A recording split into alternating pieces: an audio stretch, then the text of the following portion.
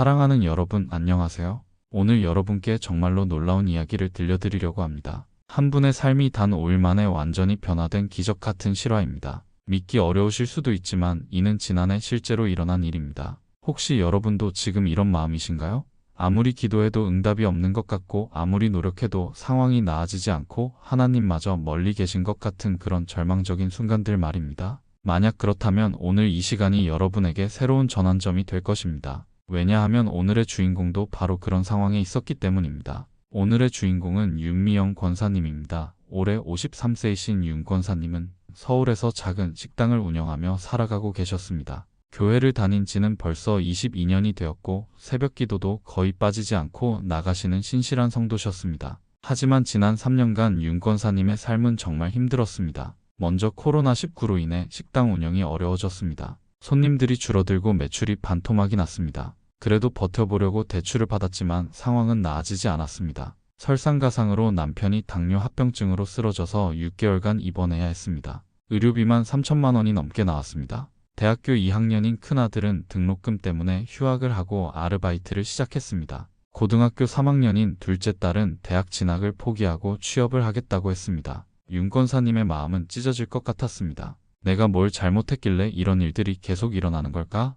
그런데 더 큰 충격이 기다리고 있었습니다. 윤 권사님 자신도 건강검진에서 유방암 초기 진단을 받은 것입니다. 의사는 다행히 초기라서 수술하면 완치 가능합니다 라고 했지만 수술비와 치료비를 생각하니 앞이 캄캄했습니다. 윤 권사님은 그날 밤 혼자 펑펑 울었습니다. 하나님 정말 계시는 겁니까? 제가 22년 동안 교회 다니고 11조 드리고 새벽기도 나간 게 뭡니까? 왜 저에게만 이런 일들이 계속 일어나는 겁니까? 여러분도 이런 경험 있으신가요? 신실하게 신앙생활을 했는데도 불구하고 어려움이 계속될 때 하나님이 정말 계신지 의심이 들 때가 있으실 겁니다. 윤 권사님도 바로 그런 상태였습니다. 그런 윤 권사님이 어떻게 단 5일 만에 완전히 달라질 수 있었을까요? 그 비밀은 바로 시편 23편에 있었습니다. 여러분도 시편 23편을 잘 아시죠? 여호와는 나의 목자시니 내게 부족함이 없으리로다로 시작하는 그 유명한 말씀입니다. 하지만 윤 권사님이 발견한 것은 단순히 외우는 것이 아니었습니다. 지금부터 윤 권사님이 경험한 5일간의 놀라운 변화 과정을 단계별로 자세히 나누어 보겠습니다. 정말로 믿기 어려우실 수도 있지만 이는 실제로 일어난 일이며 여러분도 똑같이 경험할 수 있는 일입니다. 첫째 날 절망의 끝에서 만난 진정한 목자. 그날은 2024년 3월 15일 금요일이었습니다. 윤 권사님에게는 잊을 수 없는 날이 되었습니다. 아침에 병원에서 유방암 수술 일정을 잡았고 오후에는 은행에서 추가 대출 거절 통보를 받았습니다. 설상가상으로 식당 임대료도 2개월째 밀린 상태였습니다.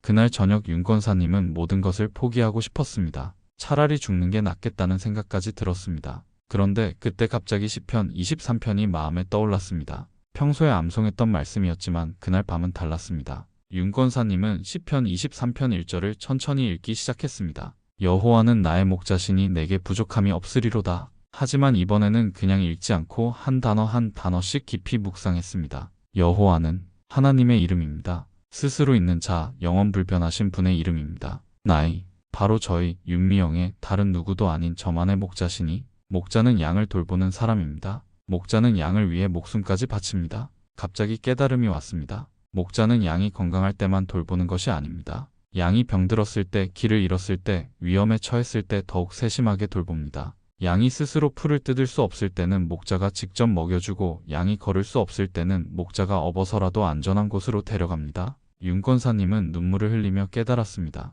아, 내가 지금까지 목자 없는 양처럼 혼자 해결하려고만 했구나. 하나님이 나의 목자이시라면 나는 양이구나. 양은 목자를 의지해야 하는구나. 그리고 내게 부족함이 없으리로다는 현재형이 아니라 미래형입니다. 지금 당장 부족하지 않다는 뜻이 아니라 여호와가 나의 목자가 되시면 결국 부족함이 없을 것이라는 약속입니다. 윤 권사님은 이 말씀이 과거형도 현재형도 아닌 미래형으로 되어 있다는 것에 큰 위로를 받았습니다. 그날 밤 윤 권사님은 이렇게 기도했습니다. 하나님 아버지, 제가 지금까지 제 힘으로만 살려고 했었습니다. 제가 가장으로서 어머니로서 모든 것을 책임져야 한다고 생각했습니다. 하지만 이제 깨달았습니다. 주님이 저의 목자이시고 저는 주님의 양입니다. 양답게 목자를 의지하고 따르겠습니다. 놀랍게도 그 기도를 드린 후 윤 권사님의 마음에 평안이 찾아왔습니다. 상황은 전혀 변하지 않았지만 마음이 달라진 것입니다. 22년 만에 처음으로 깊은 잠에 빠져들었습니다. 꿈에서도 푸른 초원에서 양들을 돌보는 목자의 모습이 보였다고 하셨습니다. 여러분, 혹시 지금까지 모든 것을 혼자 해결하려고 하셨나요? 가장으로서, 부모로서, 자녀로서 모든 책임을 혼자 져야 한다고 생각하셨나요?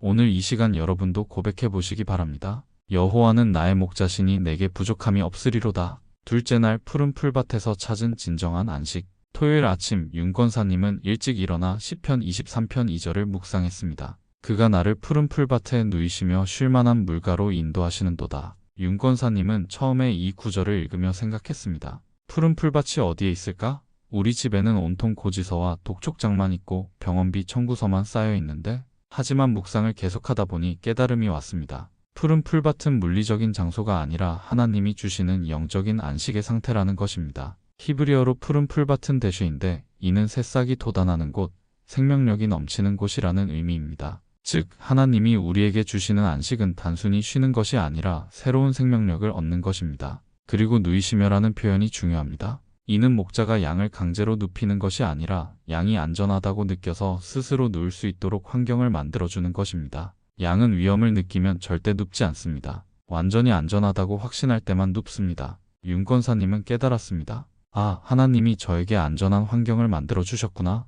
비록 외적으로는 어려움이 있지만 영적으로는 안전한 곳에 있구나. 그날 오후 윤권사님은 남편과 함께 동네 공원을 산책했습니다. 평소 같으면 병원비와 수술비 걱정으로 마음이 무거웠을 텐데 그날은 달랐습니다. 공원의 나무들이 새파랗게 보였고 벤치에 앉아서 시편 23편 2절을 다시 읽었습니다. 그 순간 봄바람이 살살 불어왔습니다. 아, 이것이 푸른 풀밭이구나. 윤권사님은 감탄했습니다. 하나님이 주시는 안식은 환경이 완벽할 때 오는 것이 아니라 그분을 신뢰할 때 마음에 오는 것임을 깨달았습니다. 쉴만한 물에 대해서도 새로운 깨달음이 있었습니다. 히브리어로 쉴만한 물은 메이 메누호트인데 이는 평안한 물, 고요한 물이라는 뜻입니다. 양은 급한 물에서는 물을 마실 수 없습니다. 목자는 양들을 위해 고요하고 깨끗한 물가로 인도해야 합니다. 윤권사님은 깨달았습니다. 내 마음이 지금까지 급류처럼 흘렀구나. 걱정과 불안으로 마음이 요동쳤구나. 하지만 하나님은 나를 고요한 물가로 인도하고 계시는구나. 그날 저녁 윤권사님은 가족들과 함께 저녁 식사를 하며 오랜만에 웃음꽃을 피웠습니다. 큰아들이 엄마, 왜 이렇게 밝으세요? 라고 물었을 때 윤권사님은 하나님이 우리를 푸른 풀밭으로 인도하고 계시는 것 같아 라고 대답했습니다. 남편도 신기해하며 당신이 많이 달라진 것 같아요. 어제까지만 해도 그렇게 걱정하더니라고 말했습니다. 윤권사님은 미소를 지으며 목자가 계시니까 양은 편안할 수밖에 없어요 라고 대답했습니다. 그날 밤 윤권사님은 일기를 썼습니다. 오늘 푸른 풀밭이 어디에 있는지 알았다. 그것은 하나님을 신뢰하는 마음 안에 있었다. 상황은 그대로지만 마음에 평안이 있다. 이것이 하나님이 주시는 안식이구나. 여러분, 혹시 지금 마음이 급류처럼 요동치고 계신가요? 걱정과 불안으로 잠 못 이루는 밤을 보내고 계신가요? 하나님은 여러분을 푸른 풀밭으로 쉴만한 물가로 인도하기를 원하십니다. 그 안식은 여러분이 생각하는 곳보다 훨씬 가까이에 있습니다. 바로 하나님을 신뢰하는 그 마음 안에 말입니다. 셋째 날 영혼의 소생을 경험한 은혜로운 주일. 주일 아침 윤권사님은 시편 23편 3절을 묵상했습니다. 내 영혼을 소생시키시고 자기 이름을 위하여 의의 길로 인도하시는도다. 영혼을 소생시키시고라는 표현에서 윤권사님은 깊은 감동을 받았습니다. 히브리어로 소생시키다는 슈브인데 이는 돌아오게 하다, 회복시키다라는 뜻입니다. 즉, 하나님은 우리의 영혼을 원래 상태로 돌려놓으시고 잃어버린 것을 회복시켜 주신다는 의미입니다. 윤권사님은 지난 3년간 자신의 영혼이 얼마나 메말라 있었는지 깨달았습니다. 걱정과 불안으로 기도할 때도 진정한 교제가 아니라 하나님께 하소연만 했었습니다. 찬양할 때도 마음에서 우러나는 찬양이 아니라 습관적으로만 했었습니다. 교회에 가는 길에 윤권사님은 이렇게 기도했습니다.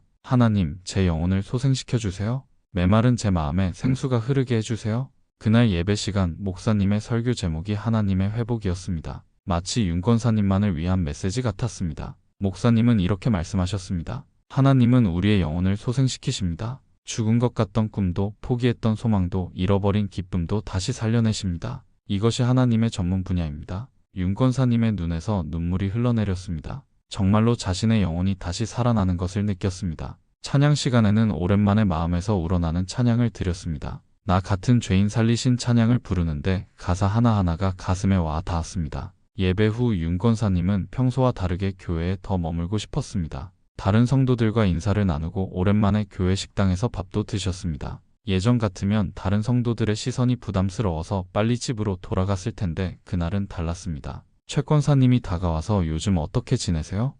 라고 물어보셨습니다. 평소 같으면 잘 지내고 있어요 라고 대답하고 넘어갔을 텐데 그날은 솔직하게 자신의 상황을 나누었습니다. 최 권사님은 저도 비슷한 어려움을 겪었는데 기도로 이겨냈어요. 함께 기도해요 라고 하시며 진심으로 위로해 주셨습니다. 이 집사님, 박 권사님 등 여러 성도들이 윤 권사님을 위해 기도해 주겠다고 하셨습니다. 윤 권사님은 그제서야 깨달았습니다. 아, 내가 지금까지 혼자 감당하려고만 했구나. 교회 공동체가 있는데 왜 혼자 끙끙 앓았을까? 자기 이름을 위하여 의의 길로 인도하시는도다라는 구절에서도 새로운 깨달음이 있었습니다. 하나님은 우리를 위해서도 인도하시지만 궁극적으로는 당신의 이름의 영광을 위해서 우리를 인도하십니다. 즉, 우리의 회복과 치유는 하나님의 영광과 직결되어 있다는 뜻입니다. 윤 권사님은 깨달았습니다. 내 문제가 해결되는 것이 바로 하나님의 영광이구나. 하나님의 이름이 높아지는 일이구나. 그러니까 하나님께서 더욱 적극적으로 도와주실 것이구나.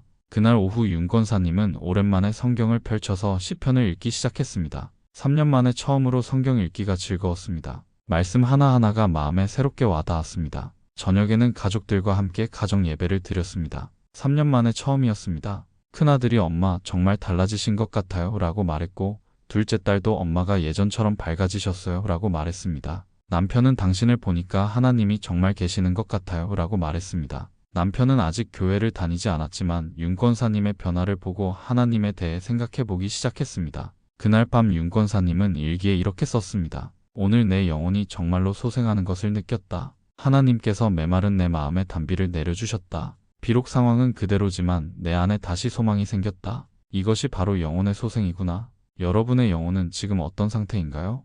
혹시 메마르고 지쳐있지는 않으신가요? 걱정과 염려로 하나님과의 교제가 막혀있지는 않으신가요? 하나님은 오늘도 여러분의 영혼을 소생시키기를 원하십니다. 죽은 것 같던 꿈도 포기했던 소망도 다시 살려주실 것입니다. 넷째 날 사망의 음침한 골짜기에서도 두려워하지 않는 믿음. 월요일 아침 윤 권사님에게 또 다른 시련이 찾아왔습니다. 병원에서 연락이 와서 유방암 수술 날짜가 앞당겨졌다는 것이었습니다. 더 정밀한 검사를 해보니 생각보다 상태가 심각할 수 있다는 것이었습니다. 일순간 윤 권사님의 마음이 다시 어두워졌습니다. 역시 좋아질 줄 알았는데 하지만 이상한 일이 일어났습니다. 예전 같으면 완전히 무너졌을 텐데 이번에는 시편 23편 4절이 마음에 떠올랐습니다. 내가 사망의 음침한 골짜기로 다닐지라도 해를 두려워하지 않을 것은 주께서 나와 함께 하심이라. 주의 지팡이와 막대기가 나를 안위하시나이다. 윤 권사님은 깊이 묵상하기 시작했습니다. 사망의 음침한 골짜기라는 표현이 바로 지금 자신이 걷고 있는 길이라는 것을 깨달았습니다. 히브리어로 사망의 음침한 골짜기는 게이 찰마웨트인데 이는 실제로 죽음을 의미하는 것이 아니라 죽음 같은 어둠의 골짜기라는 뜻입니다. 즉, 이 구절은 실제 죽음에 대한 것이 아니라 살아가면서 겪는 극도로 어렵고 절망적인 상황을 의미합니다. 암 진단, 경제적 어려움, 가족의 병환, 이 모든 것들이 바로 사망의 음침한 골짜기인 것입니다. 하지만 이 구절의 핵심은 주께서 나와 함께 하심이라입니다. 골짜기를 피하는 것이 아니라 골짜기를 걸어갈 때도 하나님이 함께 하신다는 약속입니다.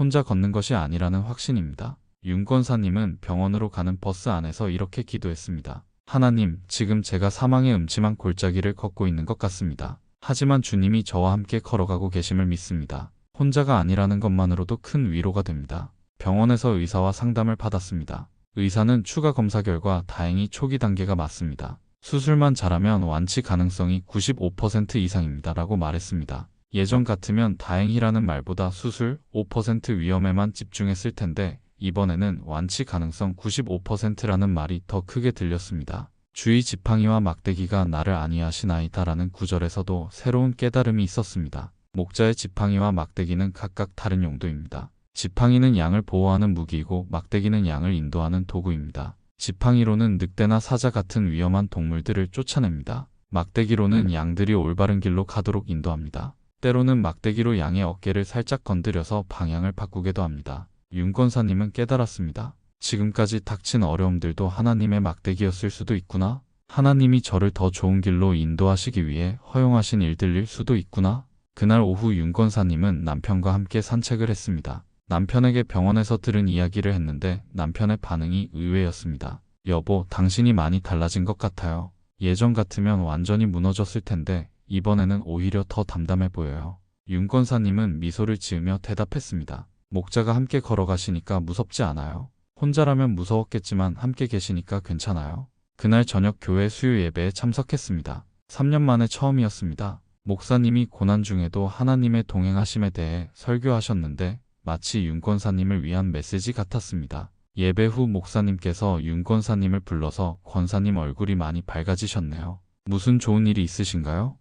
라고 물어보셨습니다. 윤 권사님은 솔직하게 자신의 상황과 지난 며칠간의 변화를 나누었습니다. 목사님은 그것이 바로 시편 23편의 능력입니다. 말씀이 살아서 역사하고 있네요. 라고 하시며 윤 권사님을 위해 기도해 주셨습니다. 하나님, 윤 권사님이 사망의 음침한 골짜기를 걸어갈 때도 주님의 동행하심을 더욱 깊이 체험하게 하옵소서. 그날 밤 윤 권사님은 일기에 이렇게 썼습니다. 오늘 더 큰 어려움이 생겼지만 마음이 오히려 더 평안하다. 하나님이 함께 걸어가시기 때문이다. 사망의 음침한 골짜기라고 해서 목자가 양을 버리는 것이 아니다. 오히려 더 가까이 지켜주신다. 윤 권사님은 그날 밤 수술에 대한 두려움 없이 깊은 잠에 빠져들었습니다. 꿈에서 목자가 어린 양을 품에 안고 험한 길을 걸어가는 모습을 보았다고 하셨습니다. 여러분도 지금 사망의 음침한 골짜기 같은 곳을 걸어가고 계신가요?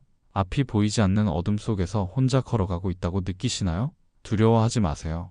여러분은 혼자가 아닙니다. 선하신 목자께서 여러분과 함께 걸어가고 계십니다. 5째 날 원수의 목전에서 차린 축복의 상. 화요일 드디어 5일째 되는 날이었습니다. 윤 권사님은 시편 23편 5절을 묵상했습니다. 주께서 내 원수의 목전에서 내게 상을 차려주시고 기름을 내 머리에 부으시니 내 잔이 넘치나이다. 그날 아침 일찍 윤 권사님의 휴대폰이 울렸습니다. 남편이 새로운 일자리 제안을 받았다는 전화였습니다. 그것도 이전 직장보다 더 좋은 조건이었습니다. 월급도 20% 인상되고 복리후생도 훨씬 좋다는 것이었습니다. 하지만 더 놀라운 것은 윤 권사님의 반응이었습니다. 예전 같으면 드디어 라고 외치며 눈물을 흘렸을 텐데 이번에는 차분하게 하나님께 감사드려요 라고 말했습니다. 마음에 평안이 있었기 때문에 좋은 소식도 담담하게 받아들일 수 있었습니다. 오전 10시경에는 또 다른 놀라운 소식이 있었습니다. 큰아들이 전화를 걸어와서 장학금을 받게 되었다고 했습니다. 성적 우수 장학금과 저소득층 지원 장학금을 동시에 받게 되어서 등록금을 전액 지원받을 수 있게 된 것입니다.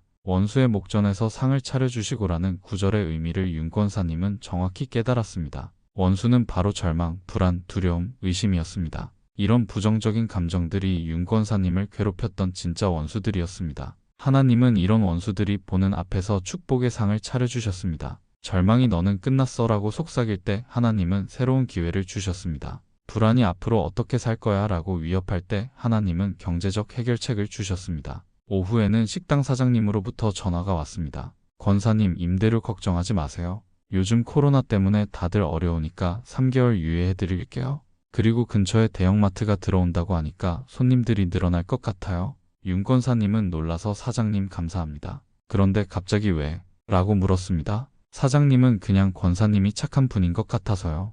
열심히 하시는 모습 보니까 돕고 싶더라고요 라고 대답했습니다. 기름을 내 머리에 부으시니라는 구절도 깊은 의미가 있었습니다. 고대 근동지방에서 기름을 머리에 붓는 것은 환대의 표시였습니다. 귀한 손님을 맞을 때 향기로운 기름을 머리에 발라주었습니다. 즉, 하나님이 우리를 귀한 손님으로 대접해 주신다는 의미입니다. 윤 권사님은 깨달았습니다. 하나님께서 저를 귀한 손님으로 여기시는구나. 제가 비천하고 가난하다고 해서 하찮게 여기시는 것이 아니라 오히려 더 귀하게 여기시는구나. 저녁에는 둘째 딸로부터 놀라운 소식이 있었습니다. 학교 진로 상담 선생님이 딸의 성적과 특기를 보고 좋은 대학에 특별 전형으로 지원해보라고 권하셨다는 것입니다. 등록금 걱정 때문에 대학 진학을 포기하려던 딸에게 새로운 길이 열린 것입니다. 내 잔이 넘치나이다라는 구절처럼 윤 권사님의 마음은 감사로 넘쳐났습니다. 하지만 이는 단순히 물질적인 풍요 때문이 아니었습니다. 하나님이 정말 살아계시고 자신을 사랑하시며 세밀하게 돌보고 계신다는 확신 때문이었습니다.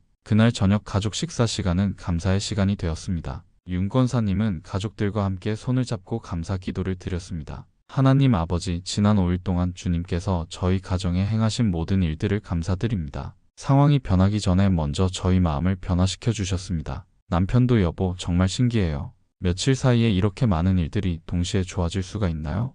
라고 말했습니다. 큰아들은 엄마가 달라지니까 우리 집 분위기도 완전히 달라졌어요 라고 했고, 둘째 딸은 이제 정말 하나님이 계시는 것 같아요 라고 말했습니다. 윤권사님은 가족들에게 지난 5일간 시편 23편을 묵상하며 경험한 변화에 대해 나누었습니다. 특히 하나님이 우리의 목자가 되어주신다는 것이 무엇을 의미하는지, 그리고 어떻게 그 믿음이 실제 삶을 변화시키는지에 대해 이야기했습니다. 그날 밤 윤권사님은 일기에 이렇게 썼습니다. 오늘 하나님께서 원수들의 목전에서 정말로 상을 차려주셨다. 절망과 불안이 보는 앞에서 희망의 축제가 벌어졌다. 내 잔이 넘칠 정도로 감사가 풍성하다. 이 모든 것이 하나님의 은혜다. 여러분, 혹시 지금 원수들에게 둘러싸여 있다고 느끼시나요? 절망과 불안과 두려움이 여러분을 위협하고 있나요? 하나님은 바로 그 원수들이 보는 앞에서 여러분을 위해 축복의 상을 차려주실 것입니다. 여러분을 비웃던 절망이, 여러분을 괴롭히던 두려움이 보는 앞에서 말입니다. 6째 날과 그 이후 완전한 회복과 새로운 삶. 5일이 지난 후 윤권사님의 삶은 근본적으로 달라졌습니다. 외적인 상황도 놀랍게 변했지만 더 중요한 것은 내적인 변화였습니다. 시편 23편 6절 내 평생의 선하심과 인자하심이 반드시 나를 따르리니 내가 여호와의 집에 영원히 거하리로다를 매일 고백하게 되었습니다. 일주일 후 윤권사님은 유방암 수술을 받았습니다. 수술은 예상보다 훨씬 순조롭게 진행되었고 의사도 정말 깨끗하게 제거되었습니다. 재발 가능성은 거의 없어 보입니다 라고 말했습니다. 수술 후 회복 과정에서도 윤권사님은 놀라운 평안을 유지했습니다. 병실에서도 다른 환자들에게 희망과 용기를 주는 존재가 되었습니다. 시편 23편의 은혜를 나누며 많은 분들이 위로를 받았습니다. 한 달 후 윤권사님을 다시 만났을 때 정말 놀라웠습니다. 얼굴에서 광채가 났고 말씀하시는 음성에서 확신과 기쁨이 넘쳤습니다. 목사님, 저는 이제 어떤 어려움이 와도 두렵지 않아요. 주님이 제 목자이시라는 것을 확실히 알기 때문입니다. 윤권사님의 남편도 변화했습니다.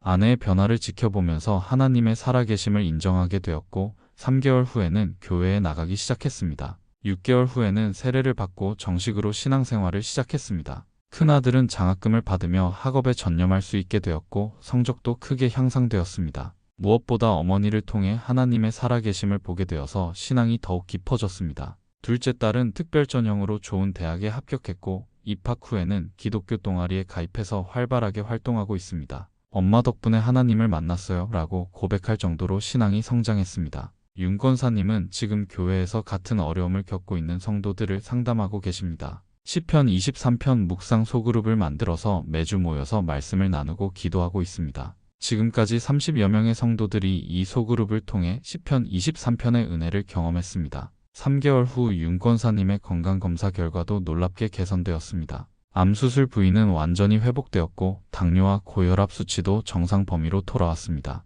의사도 정말 신기한 회복입니다. 스트레스가 줄어들면서 전체적인 건강이 좋아진 것 같습니다 라고 말했습니다. 6개월 후에는 남편의 새 직장도 안정되어서 빚을 상당 부분 정리할 수 있었습니다. 식당 사업도 근처에 대형마트가 들어서면서 매출이 크게 늘어났습니다. 하지만 윤권사님은 항상 말합니다. 물질적인 회복보다 더 중요한 것은 하나님을 진정으로 알게 된 것입니다. 1년 후 윤권사님은 교회에서 간증을 하게 되었습니다. 시편 23편 5일 묵상으로 인생이 바뀌었습니다 라는 제목으로 간증하신 내용이 많은 성도들에게 큰 은혜가 되었습니다. 그 간증을 들은 분들 중 상당수가 시편 23편 묵상을 시작했고 비슷한 변화를 경험했습니다. 현재 윤권사님은 교회의 권찰로 섬기시며 상담 사역에도 적극적으로 참여하고 계십니다. 특히 암 환자들이나 경제적 어려움을 겪는 가정들을 위한 상담과 기도 사역에 헌신하고 계십니다. 여러분도 경험할 수 있는 5일간의 기적. 사랑하는 여러분, 윤권사님의 이야기가 너무 신기해서 믿기 어려우신가요? 하지만 이는 실제로 일어난 일이며 여러분도 똑같이 경험할 수 있는 일입니다. 시편 23편은 단순한 시가 아닙니다. 이는 하나님과 우리 사이의 영원한 언약서입니다. 하나님은 우리의 목자가 되어주시겠다고 약속하셨습니다. 우리가 해야 할 일은 그분을 우리의 목자로 인정하고 그분의 인도하심을 믿고 따르는 것입니다. 변화는 첫째 날부터 시작됩니다. 하나님을 나의 목자로 인정하는 순간 우리 마음에 평안이 찾아옵니다. 둘째 날에는 하나님이 주시는 진정한 안식을 경험하게 됩니다. 셋째 날에는 메마른 영혼이 소생하는 것을 느끼게 됩니다. 넷째 날에는 어떤 어려움 가운데서도 하나님의 동행하심을 확신하게 됩니다. 그리고 다섯째 날에는 원수들의 목전에서 차려진 축복의 상을 경험하게 됩니다. 여러분도 오늘부터 5일간 시편 23편을 새롭게 묵상해 보시기 바랍니다. 하루에 한 절씩 깊이 묵상하며 기도하세요. 단순히 암송만 하지 마시고 각 구절의 의미를 깊이 묵상하며 하나님과 개인적인 교제를 나누세요. 첫째 날에는 1절을 묵상하며 이렇게 기도하세요. 하나님, 제가 지금까지 제 힘으로만 살려고 했습니다. 이제는 주님을 저의 목자로 인정합니다. 양처럼 목자를 의지하며 살겠습니다. 둘째 날에는 2절을 묵상하며 하나님이 주시는 안식을 구하세요. 주님, 저를 푸른 풀밭으로 쉴만한 물가로 인도해 주세요. 환경이 바뀌기를 기다리지 않고 지금 주님 안에서 안식을 누리겠습니다. 셋째 날에는 3절을 묵상하며 영혼의 소생을 기대하세요. 하나님, 메마른 제 영혼을 소생시켜 주세요. 죽은 것 같던 꿈도 포기했던 소망도 다시 살려주세요. 넷째 날에는 4절을 묵상하며 하나님의 동행하심을 확신하세요. 주님, 사망의 음침한 골짜기를 걸을 때도 주님이 함께 하시니 두렵지 않습니다. 혼자가 아니라는 것만으로도 큰 위로가 됩니다. 다섯째 날에는 5절을 묵상하며 하나님의 축복을 기대하세요. 하나님, 원수들의 목전에서 저를 위해 상을 차려주세요. 절망과 불안이 보는 앞에서 희망의 축제가 벌어지게 해주세요. 그리고 매일 6절로 마무리하세요. 내 평생의 선하심과 인자하심이 반드시 나를 따르리니 내가 여호와의 집에 영원히 거하리로다. 실천적 적용 방법. 구체적으로 어떻게 묵상하실지 도움을 드리겠습니다. 매일 아침 일어나자마자 조용한 곳에서 10-15분간 그날의 구절을 반복해서 읽어보세요. 소리내어 읽으시면 더 좋습니다. 그리고 각 단어의 의미를 깊이 생각해보세요. 예를 들어 첫째 날에는 여호와는 이라는 말에서 하나님의 이름의 의미를, 나이라는 말에서 개인적인 관계를, 목자신이라는 말에서 목자의 역할을 묵상해보세요. 낮에는 일상생활 중에도 그날의 구절을 기억하며 적용해보세요. 어려운 일이 생길 때마다 여호와는 나의 목자신이라고 고백해보세요.